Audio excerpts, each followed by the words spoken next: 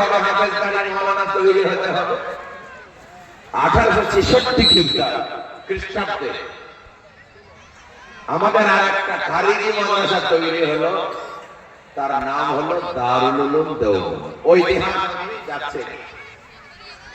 এখন এই দেশ তো পরাধীন হলো, আপনারা জানেন।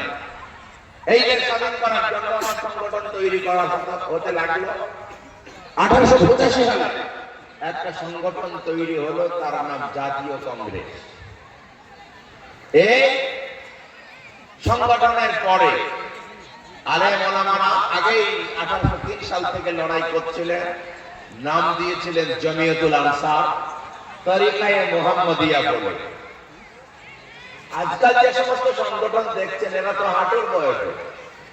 এই বামফ্রন্ট তৈরি হচ্ছে 1964 সালে, বিজেপি 1980 সালে, আর টিএমসি তো কালকে 1998 সালে। আর আমাদের আলেম ওলামারা ইংরেজদেরকে তাড়ানোর জন্য সংগঠন করেছিলেন 1803 সালে, এবং জমিয়তুল উলামায়ের নামকরণ করা হয় 1919 সালে। আপনাদের জানেন এই জাতি ধর্ম বর্ণ নির্বিশেষে ইংরেজকে তাড়ানোর জন্য যে লড়াই চলল, প্রায় 10 থেকে 12 লক্ষ মানুষের প্রাণ গেল। লড়াইটা খুব তীব্র হলো। 1920 সালের পর ইংরেজদের দালাল একটা সংগঠন তৈরি হলো 1985 সালে, তার নাম হলো আরএসএস। তার বলে ইংরেজরা আমার খোদা, ওদের বিরুদ্ধে লড়াই করা হারাম, যারা লড়াই করবে তারা বদমাইশ। ওই ইতিহাস আলাদা। 1927 সালে ভারত কি করে চলবে তার জন্য একটা সংবিধান রচনা করলো ইংরেজরা, তার নাম দিল সাইমন কমিটি। মুসলমানরা বলল ভারতীয়রা বলল কমিটি তোমরা মানো, এই সংবিধান মানবো না, আমরা আমাদের ভারত চালাবো, আমাদের সংবিধান। তাই 1928 সালে ভারতের আপামর জনতা হিন্দু মুসলমান মিলে একটা সংবিধান রচনা করলো, নাম দিল তার নেহেরু রিপোর্ট, পণ্ডিত জওহরলাল নেহেরুর নেতৃত্বে। তারপরে ইংরেজদের সাথে লড়াই আরো তীব্র হলো। বললো না তোমরা মানবে না। সর্দার বল্লভ ভাই প্যাটেল বললো না, তৈরি করে কি করবো। সর্দার বল্লভ ভাই প্যাটেলের সাথে নেহেরুদের একটা ঝগড়া হলো, মিটাবে মহাত্মা গান্ধী আসরে নামবে, মিটিয়ে দিলেন। বললো তাহলে 1 বছর অপেক্ষা করো, 1 বছর অপেক্ষা করো। লাহোর, বাংলাদেশ ভারত সব এক, লাহোরে যে একটা বিরাট অধিবেশন হলো 1929 সালে, সেই অধিবেশনে পণ্ডিত জওহরলাল নেহেরু, মহাত্মা গান্ধী যারা ছিলেন তারা বললেন আর আমরা চলবে না, আমরা পূর্ণ স্বাধীনতা চাই, পূর্ণ স্বরাজ চাই। তাই ওখান থেকে ঘোষণা করে এসে 1930 সালে 26শে জানুয়ারি, 1930 সালে 26শে জানুয়ারি এই যে তিরঙ্গা পতাকা দিল্লিতে টাঙিয়ে দিলেন জওহরলাল নেহেরুর নেতৃত্বে। আলেম ওলামা মাওলানা আবুল কালাম আজাদ, মাওলানা হিফজুর রহমান, নেতাজি সুভাষচন্দ্র বোস সবাই মিলে বললো আর মানবই না, আমাদের দেশ স্বাধীন হয়ে গেছে। কিন্তু ইংরেজের তো মানে লড়াই আর ইংরেজদের সঙ্গে তীব্র হল। শেষে 1935 সালে ইংরেজরা একটা সংবিধান রচনা করলো, তার নাম হলো ভারত শাসন সংবিধান। এই লড়াই চলতে চলতে 1947 সালে 15ই আগস্ট যখন ভারত স্বাধীন হলো, তখন ভারতের আপামর জনতা বলল আমরা ভারত স্বাধীন করেছি, ইংরেজদের ভারত শাসন আইনে আমাদের দেশ চলবে কেন, আমাদের সংবিধান চাই।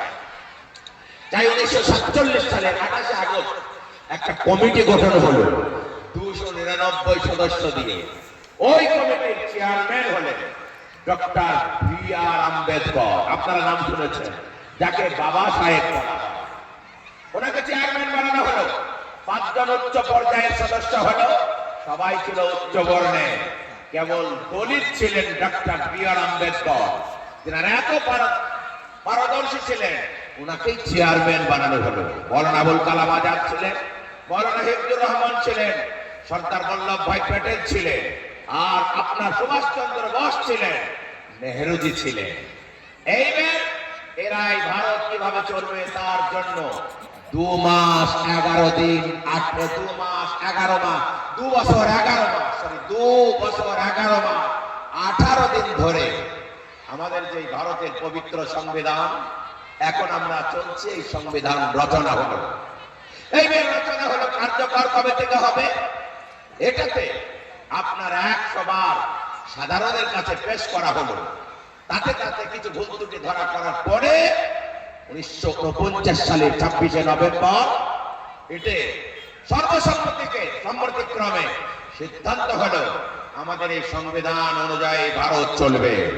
1950 সালের 24শে জানুয়ারি 308 জন স্বাক্ষর করলেন ভারতের উচ্চ পর্যায়ের শিক্ষিত মানুষ।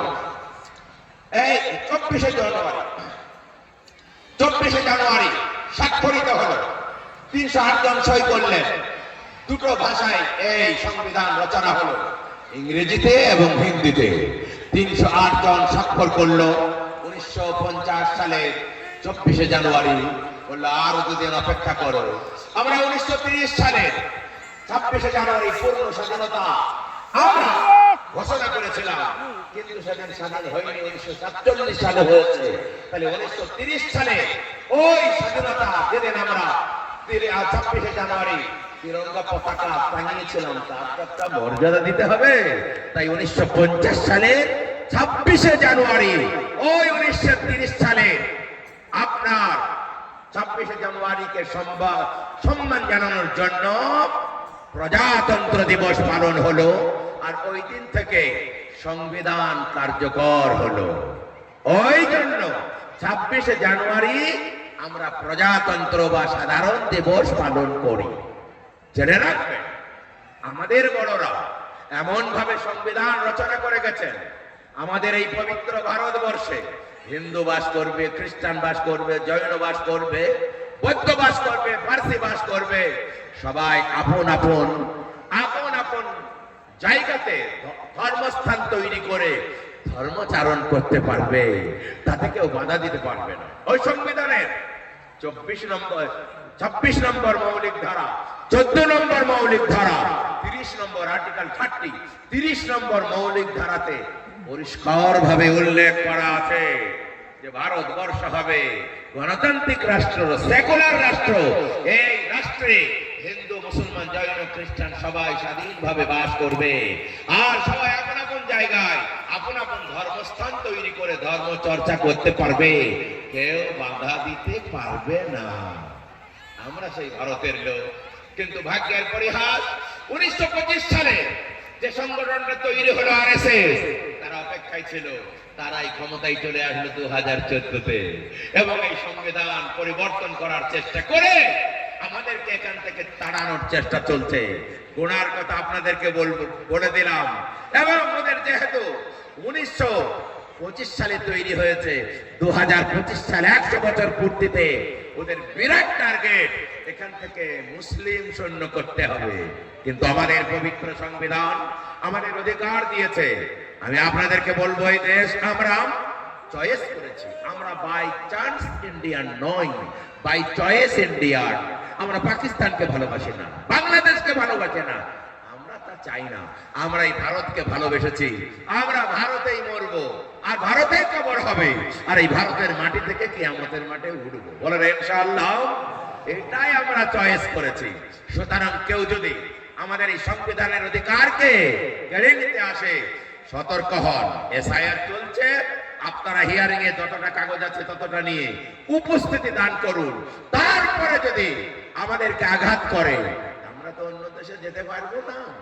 আমরা দরকার হলে বুকে গুলি খাবো, আমরা কাউকে মারবো না। আমার পিছনে গুলি খাবো না, আমরা বুকেই গুলি খাবো। আমরা ডিটেনশন ক্যাম্পেও যেতে পারবো না, ও বাংলাদেশেও যেতে পারবো না, পাকিস্তানেও যেতে পারবো না। প্রয়োজনে আমাদের অস্তিত্বের জন্য লড়াই করে আমরা এখানে মরে এখানে কবর আমাদের হবে, এছাড়া তো আমাদের উপায় নাই। ঠিক না? ঠিক বলুন। এই জন্য সতর্ক থাকবেন, ভয়ের কোনো কারণ নাই। আল্লাহ তাবারক তাআলা আমাদেরকে এখানে পাঠিয়েছেন ভারতে, পারলে তো আরবে পাঠাতে পারতেন। খুব সূক্ষ্ম কথা বলছি, পারলে তো পাকিস্তানে পাঠাতে পারতেন, পারলে তো বাংলাদেশে পাঠাতে পারতেন, কাতারে আমাদের জন্ম দিতে পারতেন, ভারতে জন্ম দিয়েছেন কেন? এর মানে দাঁড়ায় যতদিন কিয়ামত না হবে এখানে ভারতে ইসলাম থাকবে, মুসলমান ধর্মাবলম্বী লোক থাকবে, মাদ্রাসা থাকবে, মসজিদ থাকবে, ইমানদার থাকবে। তাই আমাদেরকে ভারতে পাঠিয়েছেন, ভারতে জন্ম দিয়েছেন। তা না হলে আমাদেরকে তো ওই আরবে জন্ম দিতে পারতেন। আমাদের এই দাড়িওয়ালা টুপিওয়ালা এখানে পাঠিয়েছেন মানে আল্লাহ চাইছেন যেন কোনো প্রকারে এই ভারতবর্ষে মুসলমানরা থাকবেই। বলেন আলহামদুলিল্লাহ। এই জন্য কেউ ঠেকাতে পারবে না। আপনারা সাহস নিয়ে থাকবেন, চৌকন্না থাকবেন, সাবধানে থাকবেন। আজকের দিন সম্বন্ধে 2-4 লাইন কথা আপনাদের বলে দিলাম। এবার আমি কোরআনের তাফসীর করব, আল্লাহ তৌফিক দিলে। আল্লাহর কাছে দোয়া করুন আমাদের মুখ থেকে আল্লাহ এমন কথা বার করে নিন যেগুলো শুনলে আপনার আমার দুনিয়া ও আখিরাতে কাজে লাগবে। সবাই বলি আল্লাহুম্মা আমিন। পবিত্র কোরআনের